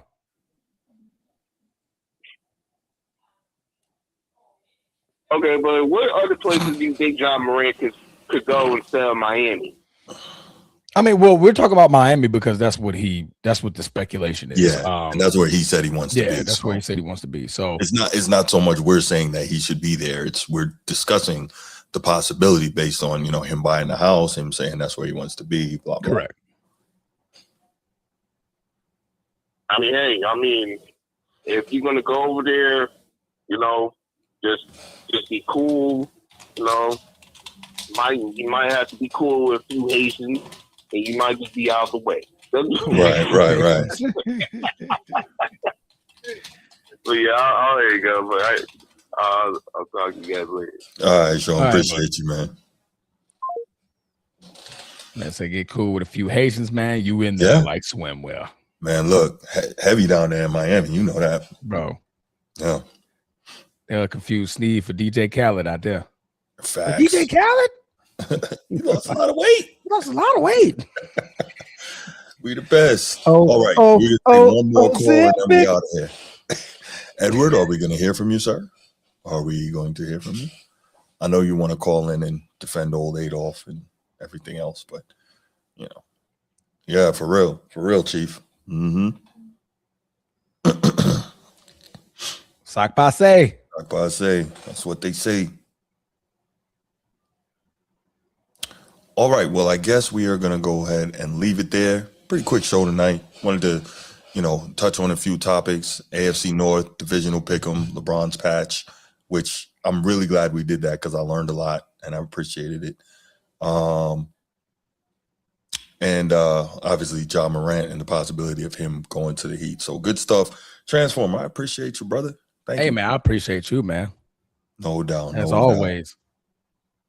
All right. And forever. So we're going to go ahead and leave it right here, y'all. Appreciate you being here. If you're watching on the replay, make sure you like, subscribe, make sure you share. Have a great one, and we out. Peace.